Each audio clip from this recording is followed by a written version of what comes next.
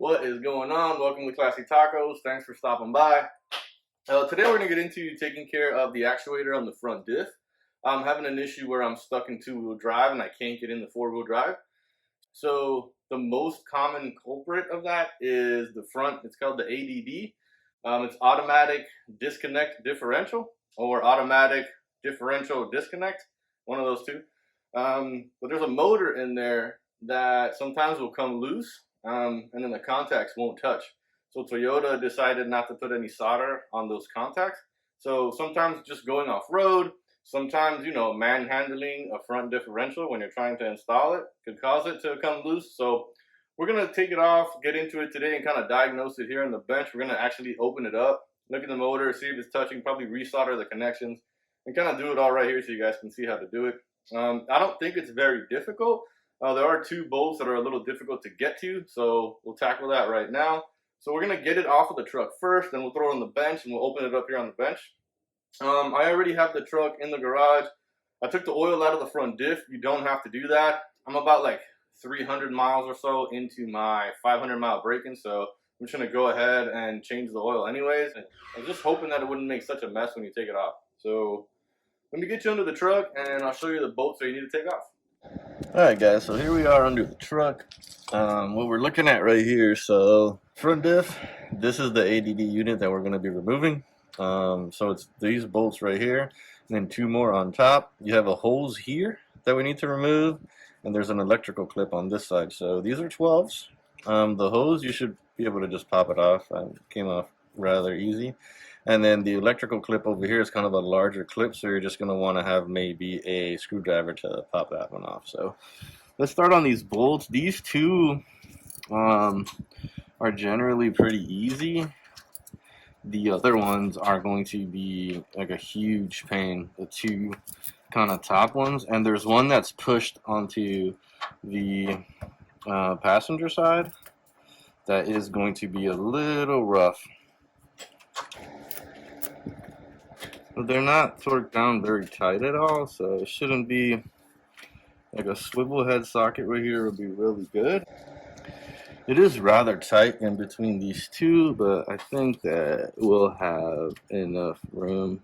So right here is just working with those upper bolts. I have one arm over the steering rack, kind of holding the socket in place, while my other arm is, turning the ratchet.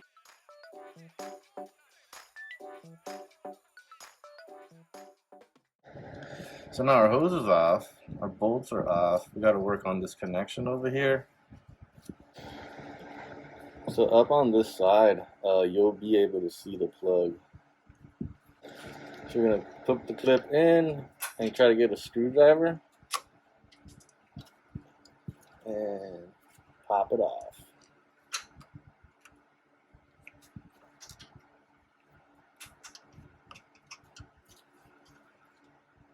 There we go. So plug is off. Let me bring it right here. If you look, there's the clip. It's gonna just it's gonna go focus. It's gonna go right here. So we're popping this off. Right now this is loose. It's just held on by whatever gasket and dirt is there. So we're just gonna pop this guy off now.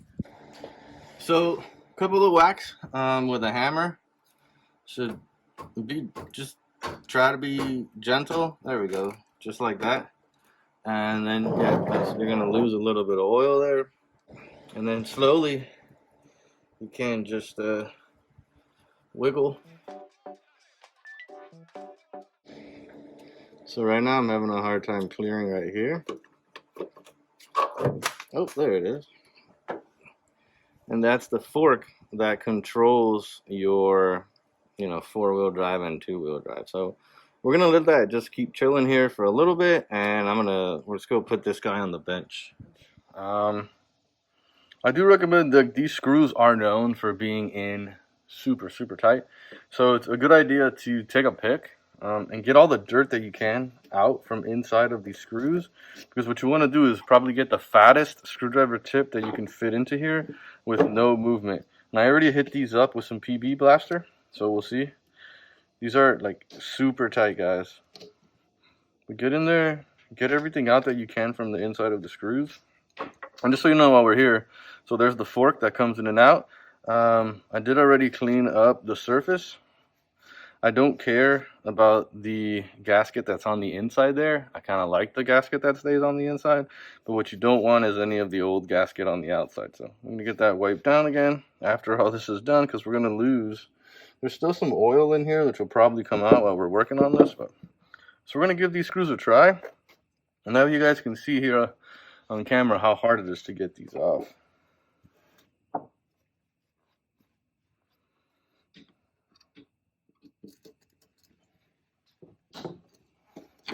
Alright, that one was a lot easier than I thought.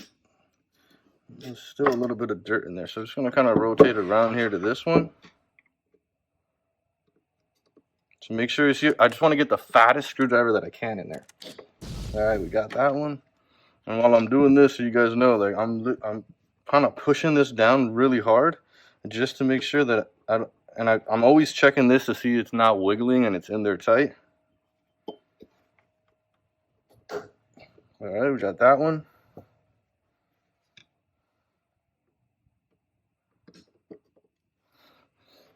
Got that one.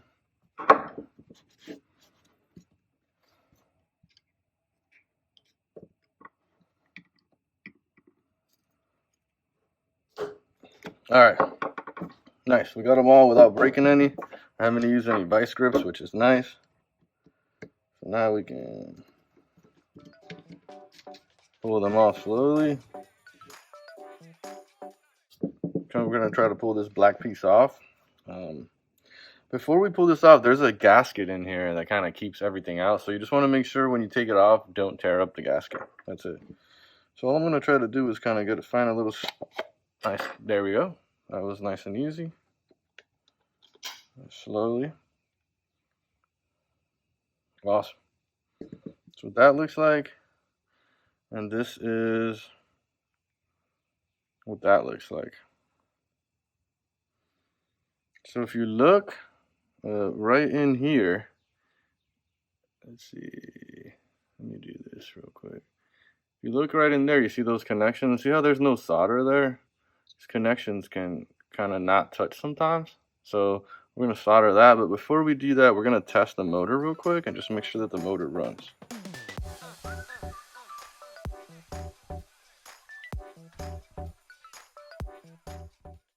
Alright, so just testing out this part here, we can confirm that the fork is moving. So that's good. And I can hear kind of some oil kind of moving around in there, so that's good. I'm going to re-grease this whole area up. We have no corrosion in here, which is nice. Everything is moving. Awesome. Okay, so moving on to this motor, what I just have a 9-volt here. So we're going to test it with a 9-volt and see if it spins. And I have just this little connection here, so we can confirm that the motor was spinning. We'll check it this way here. We'll put it right here on this one. I can confirm that the motor is definitely working. So let's do that again. So watch this piece right here. See that? It's working. If we reverse the polarity,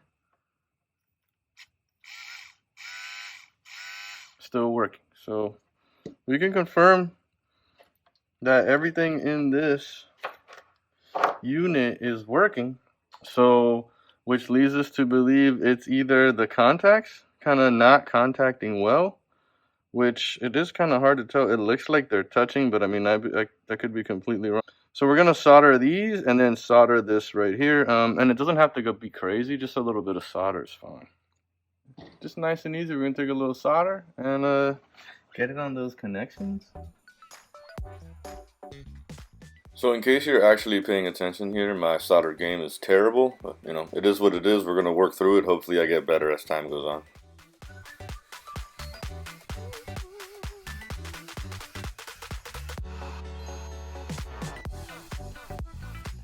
Alright, so nothing fancy. Solder is done. Put a little bit of grease that was in there left over, so that one should be good. Let's back this up. If you drop, any little chunks of solder, make sure you get them all out. Don't leave them in there and kind of give them a chance to get stuck anywhere. So just make sure you do have them all. And we're just going to check the motor one more time. So at this point, I feel like this unit is good. We're soldered up. We're ready to kind of put everything back together and see if it works. If this doesn't work, we will throw the new one on. If the new one doesn't work, then we know we got other issues. So I'm just going to get this buttoned up and put it back together. So right here, when you put it back together, you just want to make sure that the shift fork is in the same position that you pulled it off on. So two-wheel drive is towards the passenger and four-wheel drive is going to be towards the driver. This has a gasket here, so just make sure that the gasket is cleaned. What I'm going to end up doing is just throwing a little bit of grease onto the gasket. You can see here how they work and how they fit together. It looks like once this slides over this way, see this little arm here, it's going to tap this guy, which is your switch, and we welded that together too. So.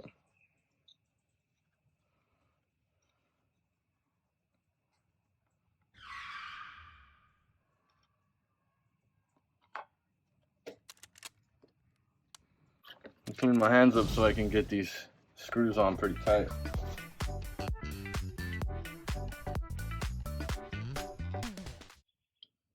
Alright, I feel pretty good that those are on really nice and tight now. We're just going to clean this whole surface up. We're going to get some gasket maker on this. I'm going to go clean up the surface underneath. You guys don't have to watch any of that. So here we are under the truck. I just wanted to make sure you guys check one thing. Inside here, there's like a little clutch. I guess it's like a ring. If the ring is to the passenger side, that's going to be two-wheel drive. Once it goes over to the driver like that, that's four-wheel drive. So that helps you understand where it needs to be. Obviously, if you're stuck in two, you want to make sure this is in two and that the ADD is in two. You're stuck in four, you're going to be over here. So just make sure, you also want to make sure that this slides nice and easy. It should be so smooth because it's that tiny little motor is, the only thing pushing this up. Just want to make sure it slides nice and easy. So I'm going to go get I got this all cleaned up already. So we're just going to start trying to get the actuator back in here. I have had some gasket on it for a little while it's drying. So here you just want to kind of take your time, trying to get this in. And you want to make sure that you do get that clutch, back into that groove. So right here you'll see me going back and forth, just making sure that the shift fork is in the groove on the collar, and then also that the pins on the diff side are lined up with the pinholes on the ADD. Alright, got them. Both pins are in.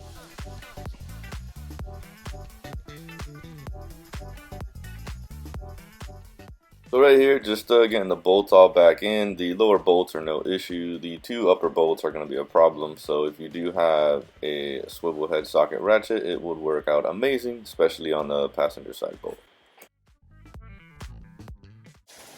Alright, so we got everything in kind of hand tightened. Nothing crazy tight. Got the breather tube is in and the electrical plug is back in. Pop this on. I'm not going to start the car. I'm just going to turn it on. See what it reads. Alright, just like that. The ADD is back on. I already filled up the diff. I'm going to throw the skid plate on here if you guys don't have to watch that. So I can confirm that my light is gone now. I went into two-wheel drive, four-wheel drive. Everything worked out fine. I'm not going to get rid of the new one just yet because I'm not 100% confident that it's like fully corrected itself. If you read on the forums, so many people have issues with these and they're like, one day will work, one day it won't. Turn the wheels to the left, turn them to the right, back up, go back and forth. So there's a lot that goes on with these actuators, a lot of documented issues. So I'm going to hold on to it for like another week and just kind of keep working through it and make sure it goes good. So just let me know. If you have any comments or questions, make sure to drop them down below. Let me know. I hope the video helps.